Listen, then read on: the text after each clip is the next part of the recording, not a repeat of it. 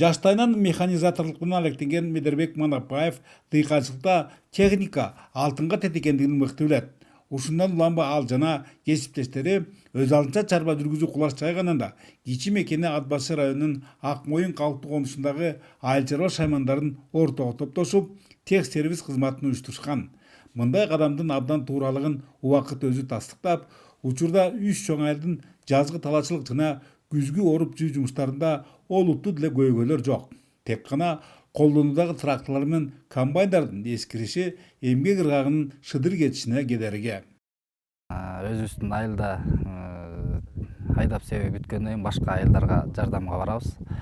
Мындан тышкары комбайн менен дагы оруп жыйнап беребиз. Айыл чарба министри тез түзөм деп аракет кылып атпайбы, ошону дагы күтүп атабыз. Жаңыланса жакшы болот эле, аябай эски мына.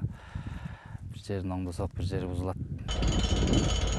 Мына ушул тех сервисинин кызматынан пайдаланып жаткан Мурат Сагынбай уулу Кашка жол участкасындагы 100 гектар жердин дыңын бузуп, сафлор эгүүдө.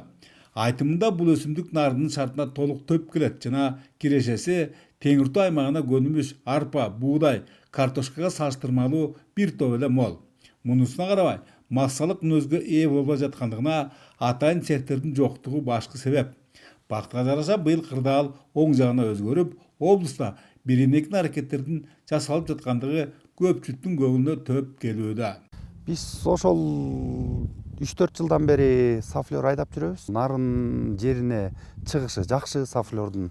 Цехтин жоктугунан дыйкандар жапа чек болгон экен да. Бул жол кандай болсо болот? Буга чейин ошол кичине жапа чекчү, эми азыр цехтер ачылып буюрса дыйкандарга көп жеңилдиктер болуп атат. Эми биз дагы кичине аракет менен ошо станокторубуз келген.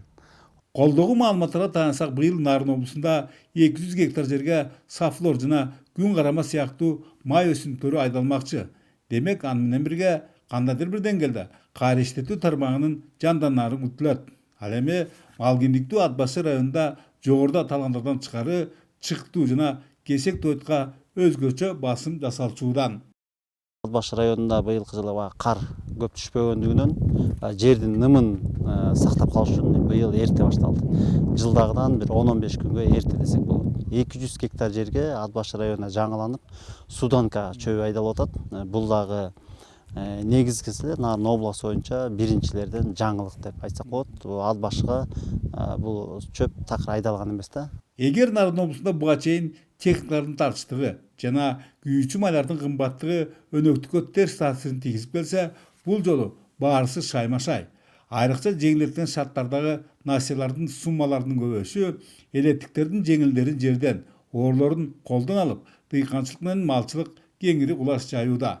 Андыктан жаңыдан гана старт алган жазгы талаачылык жумуштарынын шыдыр жүрөрүнөн үмүт чоң.